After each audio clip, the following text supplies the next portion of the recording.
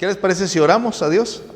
Amén. Padre, te damos gracias en el nombre maravilloso de Jesús. Es un enorme privilegio el poder pararme en este lugar y poder ser el portador de tu palabra. Oramos, Señor, para que nos ayudes y que tu Espíritu Santo, Señor, esté con nosotros de tal manera, Señor, que cada persona en este lugar pueda ser tocada por tu palabra, por tu Espíritu, y que podamos juntos, Señor, poder poner en práctica lo que tú quieres enseñarnos en esta tarde. Oramos en el nombre maravilloso de Jesús y te damos muchas gracias, Señor.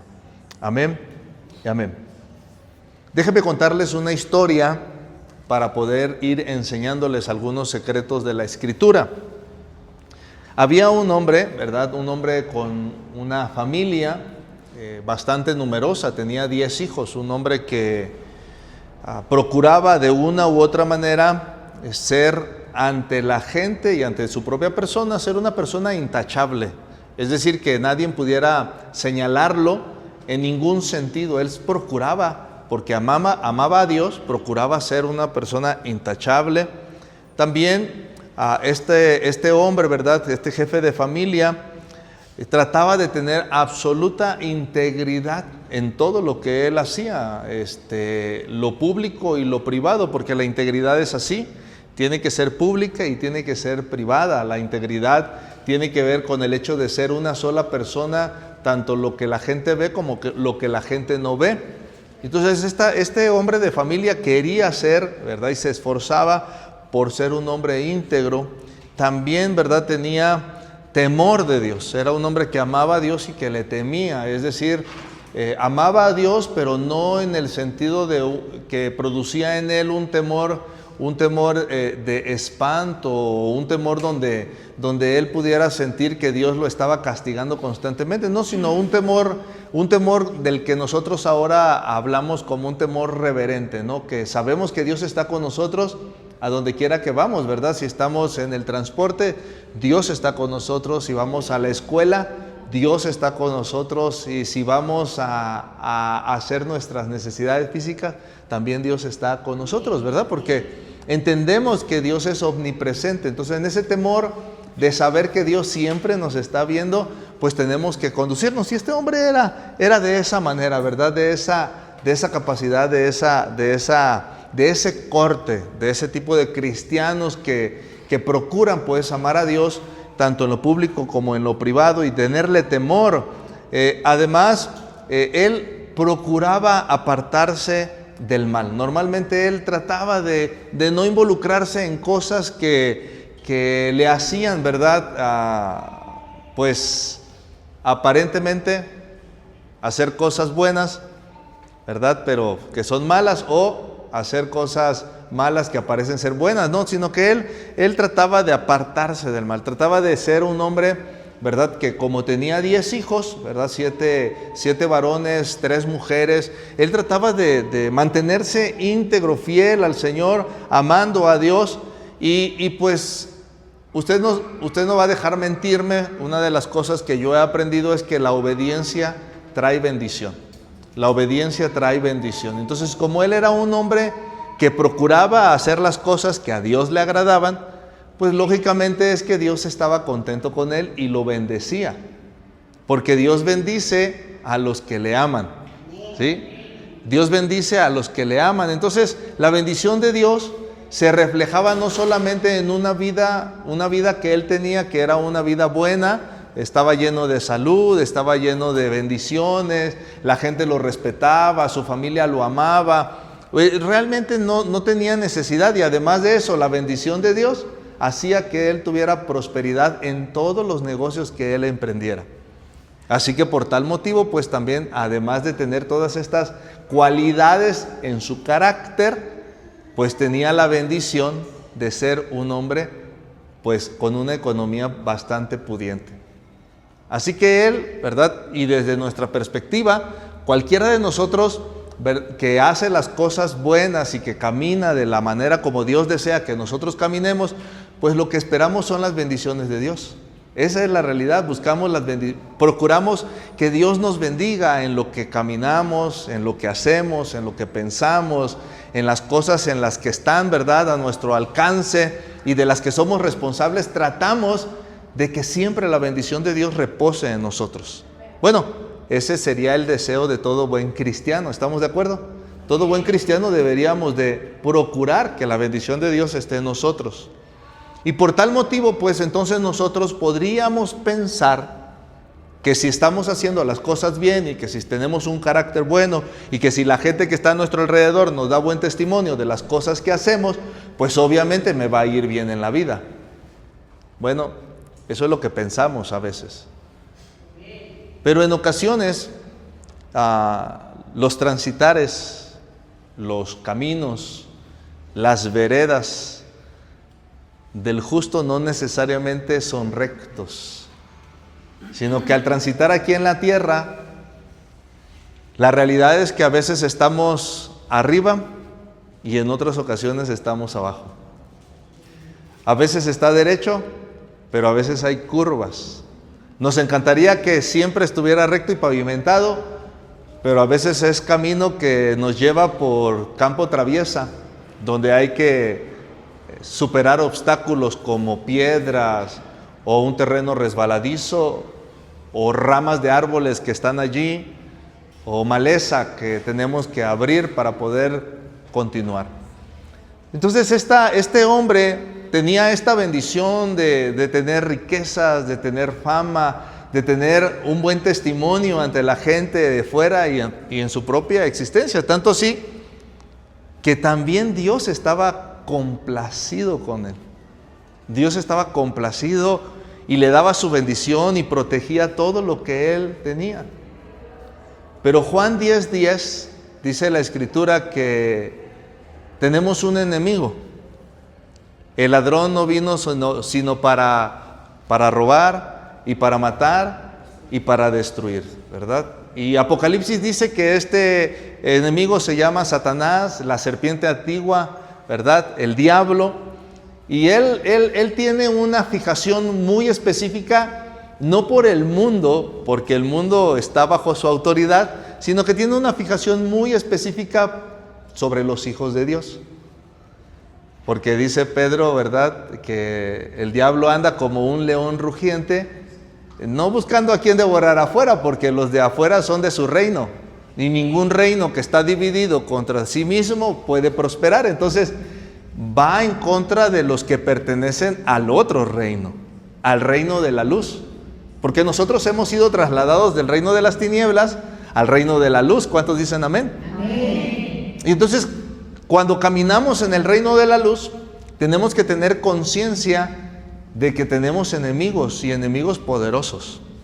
Que nuestra lucha pues no tiene que ver con las personas, o sea, no tenemos que tomar un partido en contra de alguien o de personas que están haciendo esto o aquello, porque normalmente quien hace esto o aquello en contra de alguien que es del reino de la luz, obviamente no lo hace por su propia iniciativa, sino que el enemigo, ¿verdad?, produce en ellos, que son hijos de desobediencia, como dice Efesios, son hijos de desobediencia, produce en ellos algo en contra.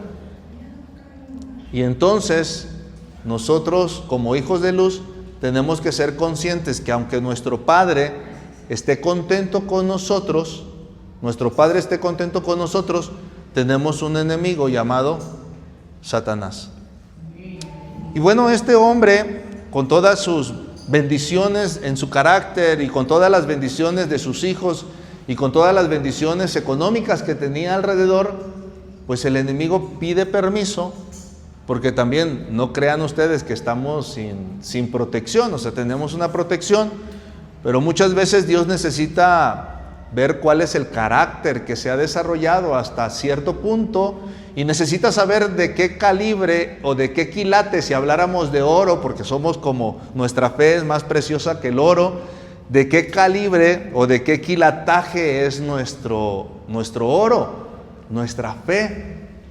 Y ustedes saben que cuando hablamos de quilataje, hablamos de ciertos quilatajes, ¿verdad? Hablamos de quilataje de 24 quilates, por ejemplo, que es lo más cercano al oro puro, sin serlo al 100%, y de allí hacia abajo, ¿verdad? Y hasta quilatajes, tenemos luego de repente quilatajes de 10 quilataje, entonces allí hay una mezcla, ¿verdad? De otros metales, no solo el oro.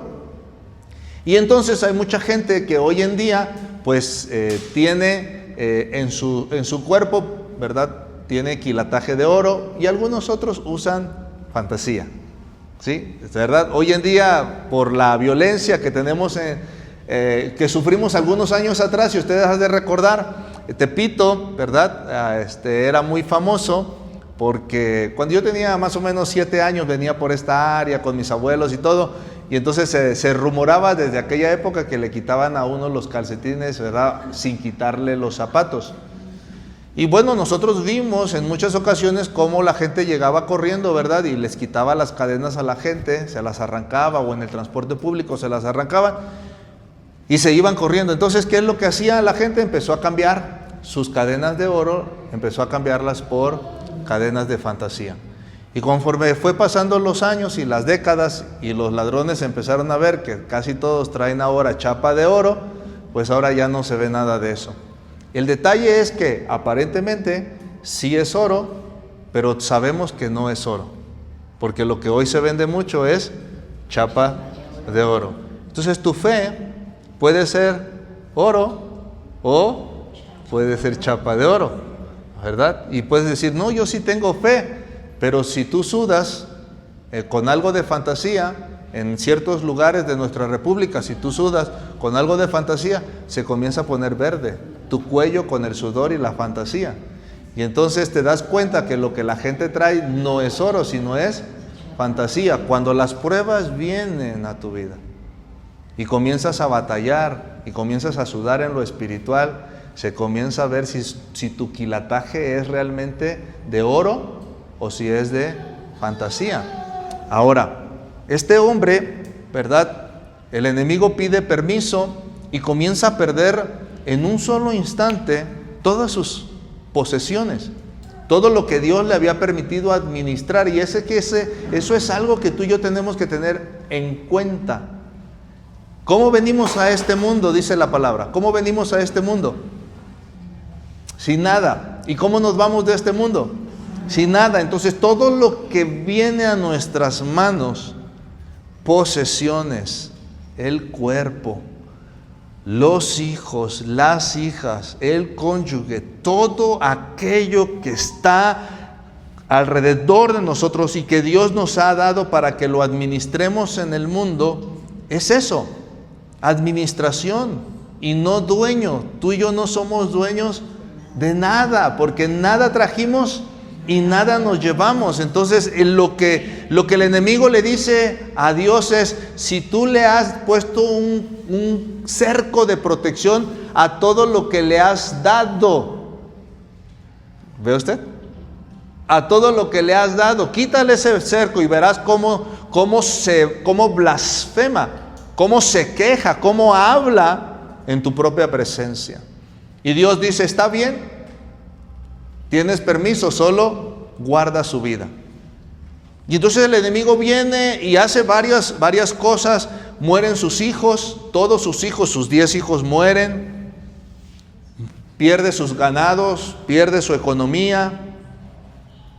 Y entonces él está consciente que en su interior, él está consciente de que no ha hecho nada malo.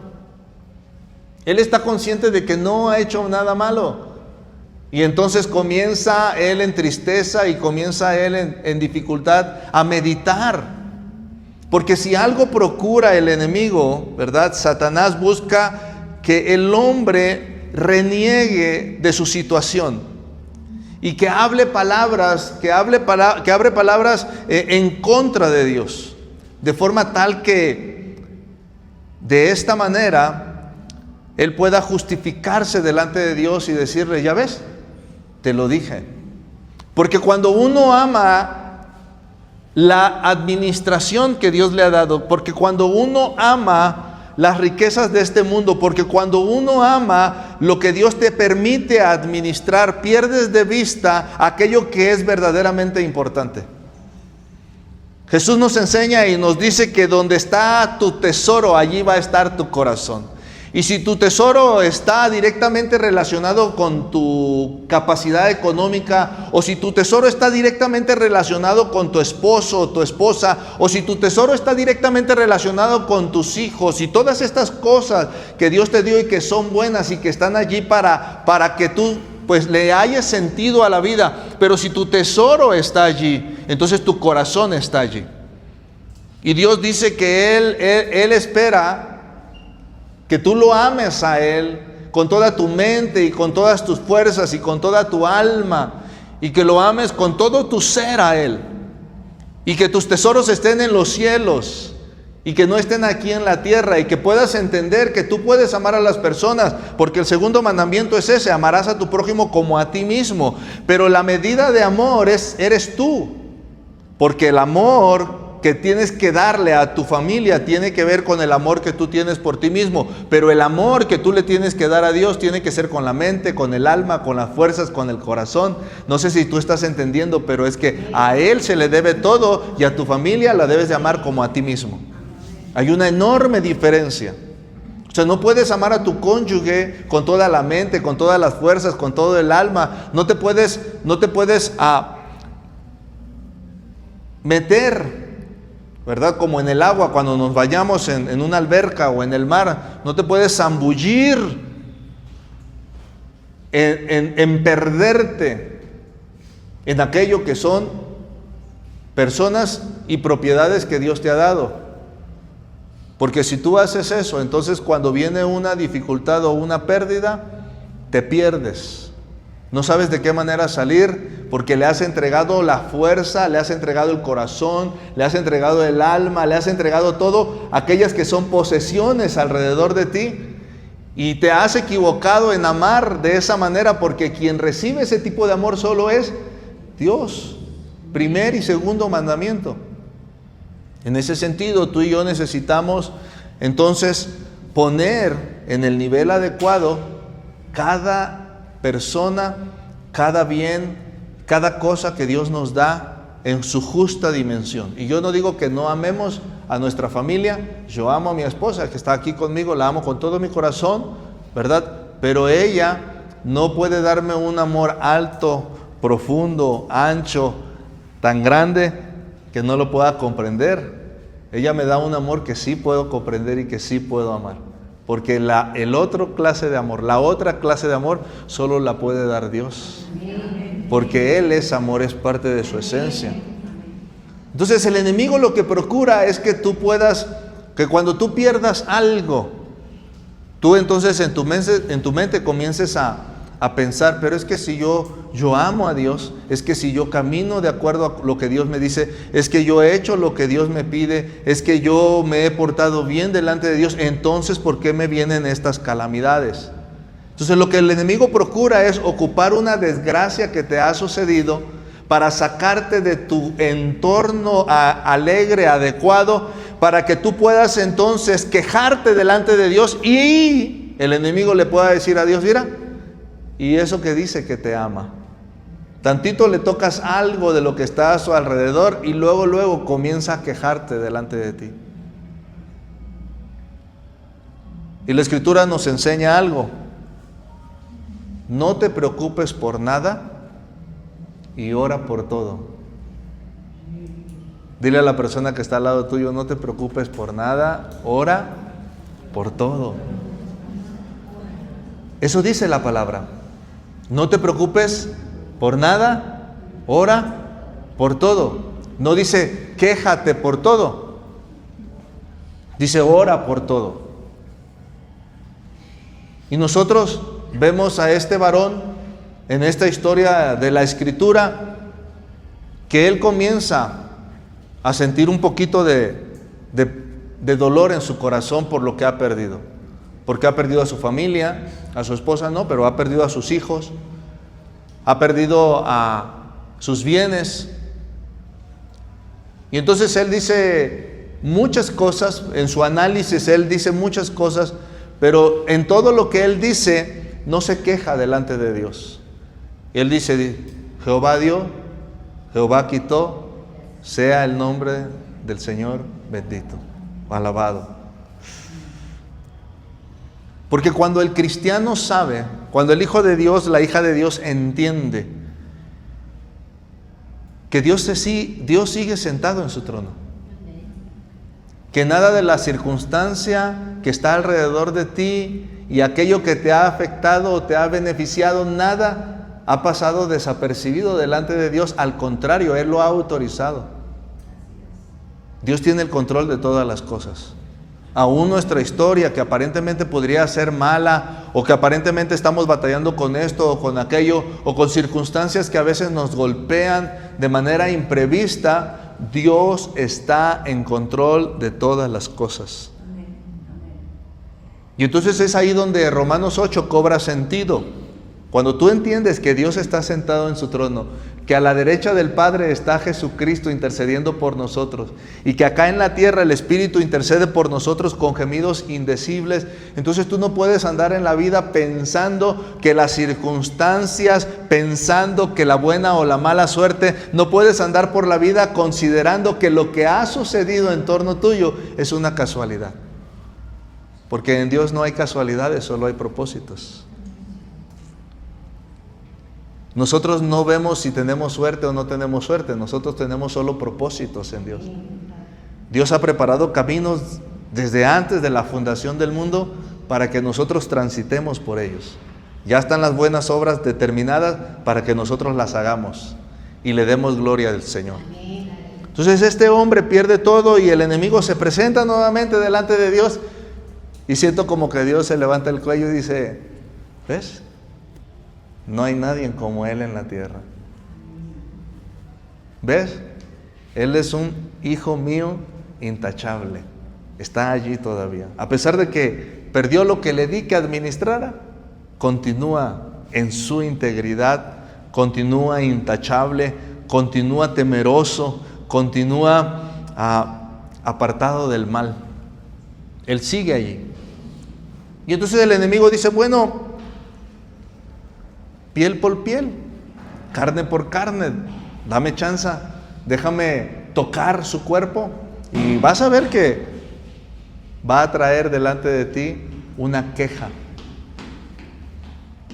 Entonces viene el enemigo y si las cosas ya estaban malas en esta historia, imagínense, pues se ponen todavía peor, porque además de la pérdida, pierde también la salud. Y también pierde el respeto. Y también pierde la admiración. O sea, el enemigo trató de hacerlo añicos, desde lo más visible hasta lo menos visible. Y él está allí, sentado y hablando, y diciendo: maldito el día en que yo nací, hubiera yo mejor muerto. Es mejor haber nacido y inmediatamente que a mi mamá le dijeran: tu hijo murió. Estaría en descanso y no en esta situación. ¿Por qué? Dice él: porque sé que yo no he hecho nada malo delante de Dios. Porque yo he caminado como Dios dice. Fíjese la confianza en su propio testimonio. Yo he caminado como Dios quiere que yo camine. Yo he hecho lo que Dios quiere que yo haga. Yo me he portado como Dios quiere que yo me porte. El enemigo no tendría autoridad sobre de mí, pero yo estoy caminando y batallando ahorita, no solo con los problemas de haber perdido todo lo que yo tenía, o incluido mis hijos, sino que ahora estoy batallando con mi propia salud. Y entonces él puede, en ese punto, aún sus amigos que están con él, no le pueden dar una palabra de consuelo y él se siente solo. Yo no sé si usted se ha sentido solo en algunos momentos de su vida, pero él se siente verdaderamente solo. Porque sus amigos no lo comprenden. Entonces no solo se siente solo, sino que se siente incomprendido. Su esposa tampoco lo entiende porque le dice: ¿aún mantienes tu integridad? Maldice a Dios, muérete ya. ¿Verdad? Casi, yo creo que Paquita se inspiró allí. Ya casi le decía inútil. Pero es la realidad, está allí. Entonces él se siente solo, se siente huérfano, se siente incomprendido, luchando, sabiendo que no había hecho él nada que mereciera la circunstancia que está pasando. Y es que en la tierra, amada iglesia, en la tierra no hay circunstancia necesariamente que te vaya a producir cosas buenas siempre. O sea, tú no puedes estar siempre pensando que si caminas como Dios quiere que tú camines, siempre te va a sonreír la vida y te va a ir bien siempre y nada te va a afectar alrededor de ti. Hay justos que padecen, hay personas sanas que se enferman y son hijos e hijas de Dios y aman a Dios con todo su corazón y lo buscan y verdaderamente le sirven a Dios como Dios dice que tienen que servirlo, y aún así batallan con circunstancias. Esa es la realidad de la vida, porque Dios no prometió que estarías libre de sufrimiento y de dolor en esta tierra. Él dijo, allá en el cielo, donde están las moradas que estoy preparando, a donde yo los voy a llevar y van a estar conmigo, allí no hay muerte, ni tristeza, ni dolor, ni enfermedad. ¿Dónde? Allá. Pero en el mundo van a tener aflicciones, van a tener problemas. No importa que tú vayas bien derecho, tienes un enemigo y no tienes que dejar de meterlo en la ecuación de tu existencia. Anda como león, anda buscando a quién devorar, anda buscando la manera de matarte, de destruirte, anda buscando la manera de hacer algo para que de tus labios broten queja delante de Dios y le digas a Dios, Dios, y eso que te sirvo, y Dios, y eso que estoy contigo, y Dios, y eso que... No le digas nada de eso a Dios, porque es lo que el enemigo quiere que tú digas. Es mejor acercarse a Dios y decirle, Señor, no lo entiendo, alabo y glorifico tu nombre, te doy gracias, porque a los que amamos a Dios, todas las cosas nos van a ayudar para bien. De momento no puedo entenderlo y me cuesta trabajo y lloro delante de tu presencia.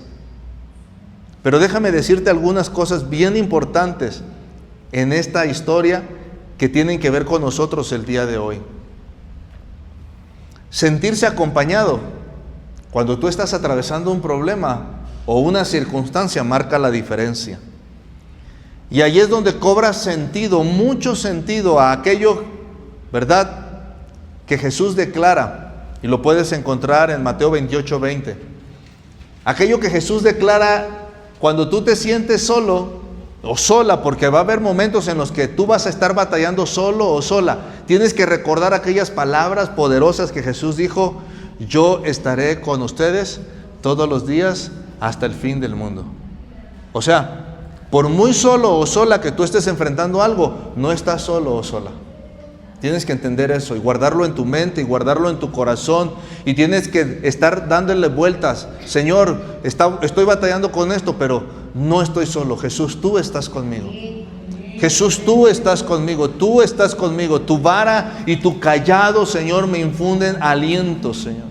Tú aderezas mesa delante de mí en presencia de mis angustiadores. Tu presencia unge mi cabeza con aceite y mi copa está rebosando, Señor. Ciertamente el bien y la misericordia me seguirán todos los días de mi vida, Señor. Y en un futuro, Señor, yo sé que en la casa tuya voy a estar por una eternidad. Porque no caminas solo.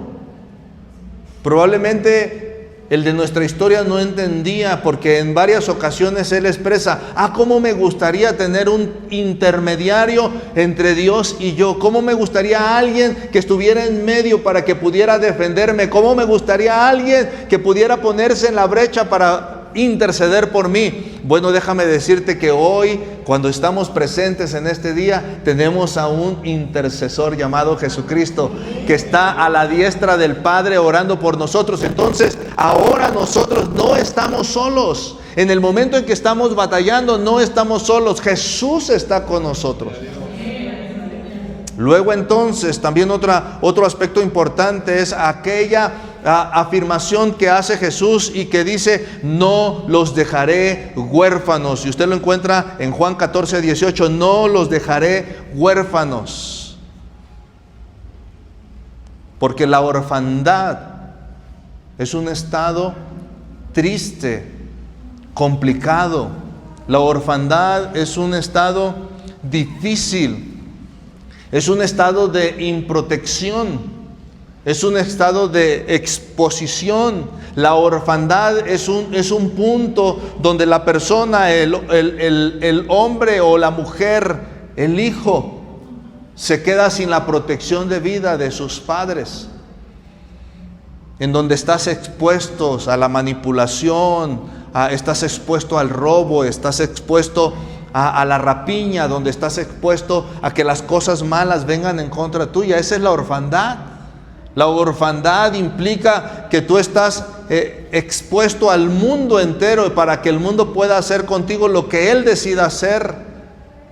Pero Jesús dijo: no los dejaré huérfanos, les enviaré al Espíritu Santo, aquel que intercede por ti con gemidos indecibles, el que habita dentro de tu corazón, el que te fortalece en los momentos más oscuros de tu existencia, pero el que también está contigo en los momentos más alegres que tú estás teniendo. Este es el Espíritu Santo de Dios, quien nos ayuda de una u otra manera, el que nos fortalece en medio de nuestras debilidades, el que nos ayuda en medio de las exposiciones, el que protege nuestra vida delante de Dios, el que nos entregará a Jesucristo, el que llevará delante de Él aquella esposa, aquella novia del Cordero, aquel que se alegrará por el desposamiento de Jesucristo con su iglesia. Ese es el Espíritu Santo, y tú eres un activo tan valioso de Dios, eres un activo tan adecuado de Dios, eres un activo tan perfecto de Dios, que dice Dios: no es posible dejar a mi activo valioso huérfano. Voy a enviarles al Consolador, al Espíritu Santo, al Espíritu que está allí ayudándote en medio de cualquier flaqueza, en medio de cualquier dificultad, en medio de cualquier desventura, en medio de cualquier ataque del enemigo, en medio de aquel rugido que el enemigo lanza en contra tuya. El Espíritu Santo está allí contigo. Ni solo, ni huérfano. No en la orfandad. No caminamos en la orfandad. Caminamos de la mano del Padre, ungidos por el Espíritu Santo, guiados por Jesucristo, haciendo las cosas que a Él le agradan, para que Dios no tenga queja de nosotros, queja alguna, y que podamos seguir viviendo en su gracia. Oiga, pastor, y entonces esto nos va a permitir estar siempre bien. Te va a permitir enfrentar las circunstancias con una entereza distinta que si estuvieras huérfano y solo. Pero luego entonces viene una tercera cosa que es bien importante. Dentro de la soledad y de la orfandad, son como sanguijuelas queriendo tomar de ti toda la energía. Yo no sé si usted conoce las sanguijuelas, pero cuando tú te metes a ciertos ríos, ¿verdad?, y se te pegan, las sanguijuelas comienzan a chuparte la sangre, y llega un punto donde la sangre es la vida. Entonces la orfandad y la soledad son sanguijuelas espirituales que te minan la energía vital que Dios ha puesto en ti. Y Dios lo sabe. Por ello también dice: vengan a mí y beban, para que de su interior, y lo leía nuestra hermana al inicio, Juan 4 y Juan 7 también, para que de ustedes puedan brotar ríos de agua viva. Y eso tiene que ver con la esterilidad, porque una tierra puede ser muy linda y muy bella, pero sin agua es estéril. Y escúchame, amada iglesia, Dios no te ha llamado a ser estéril. Dios no te ha llamado ni a estar solo, ni a estar huérfano, ni a que seas estéril. Dios quiere que su Espíritu esté en ti y produzca en ti ríos de agua viva y broten, y entonces tú seas una persona que pueda producir fruto, y fruto en abundancia. Yo no sé si tú me estás entendiendo, pero Dios está interesado en el aquí y en el ahora, en tu vida presente, no en el más allá, porque el más allá está seguro, el cielo ya está hecho, Pablo dice, fui y estuve allí y hay cosas increíbles, extraordinarias. Ya está todo listo y las personas que han tenido la oportunidad de subir al cielo y han descendido y han estado nuevamente y nos han dado su testimonio, dicen, ya todo está preparado, la mesa está dispuesta, ya está listo para que la novia llegue al cielo. Así que no te preocupes por el allá ya está seguro. Preocúpate por el aquí y el ahora. El aquí y el ahora. El aquí y el ahora, dice el Señor, voy a poner en ti un espíritu y ese espíritu va a producir en ti ríos de agua viva para que tu tierra que está estéril se convierta en una tierra deseable, para que lo que está muerto comience a tener vida, para que aquello que aparentemente no da fruto comience a dar fruto y un fruto en abundancia. Y nuestro hermano de la historia fue lo que él pasó. Después de haber pasado todas estas complicaciones, la bendición de Dios cayó sobre su vida, tuvo hijos e hijas nuevamente, tuvo nuevamente todos sus bienes y recuperó la salud. Y yo sé que usted sabe que estoy hablando de Job, pero él tuvo nuevamente todas las bendiciones que Dios había puesto en él antes. ¿Por qué? Porque supo mantener su lengua en sujeción. Y Santiago dice, no hay un miembro más complicado que la lengua. Porque cómo nos gusta que si algo no sale como yo quiero, si algo no sale como yo estoy pensando, si algo no se da como yo estoy creyendo que tiene que darse, entonces comienzo yo a decir cosas en contra de Dios, en contra de la gente, en contra de cualquier cosa, del sistema, del gobierno, y por mi boca comienza a salir agua amarga. Pero dice la palabra que de nuestros labios, de nuestra fuente no puede producirse agua amarga y agua dulce. O se produce agua dulce o se produce agua amarga, pero no pueden producirse de la misma fuente las dos clases de agua. Y el Espíritu que está en nosotros va a producir, dice Jesús, cuando venga el Consolador, Él va a producir ríos de agua viva. No ríos de agua muerta, no ríos de agua salada, no ríos de agua amarga, ríos de agua viva. Así que yo te digo esta tarde, amada iglesia, que el enemigo viene para robar, viene para matar y viene para destruir, pero dijo Jesús, yo he venido para que tengan vida y para que la tengan en abundancia, no allá, aquí. Oye, pero cuando enfrente problemas, Jesús también enfrentó problemas. Cuando enfrente enemigos, Jesús también enfrentó enemigos. Cuando tenga que caminar en lugar de irme en el metro, Jesús también caminó.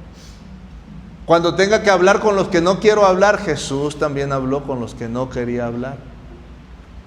Cuando tenga que completar una tarea, Jesús también tuvo que completar tarea. Cuando tenga que hablarle a la gente acerca del Padre, Jesús también les habló a la gente acerca del Padre. Dice la Escritura en Hebreos que fue tentado en todo conforme a nuestra semejanza. Por eso el sumo sacerdote que hoy tenemos en los cielos puede compadecerse de nosotros porque entiende nuestra debilidad. ¿Qué quiere Dios de nosotros, amada iglesia? Quiere que le alabemos, le glorifiquemos y le reconozcamos en medio de todo y digamos, Señor, tú tienes el control, no estoy huérfano, no estoy solo y no soy estéril. Aún de las cosas difíciles, adversas, complicadas, Dios tiene un propósito porque no somos personas que nos basamos en las casualidades, sino en los propósitos divinos de Dios para nuestras vidas. Algo está haciendo Dios. Algo está haciendo Dios en ti.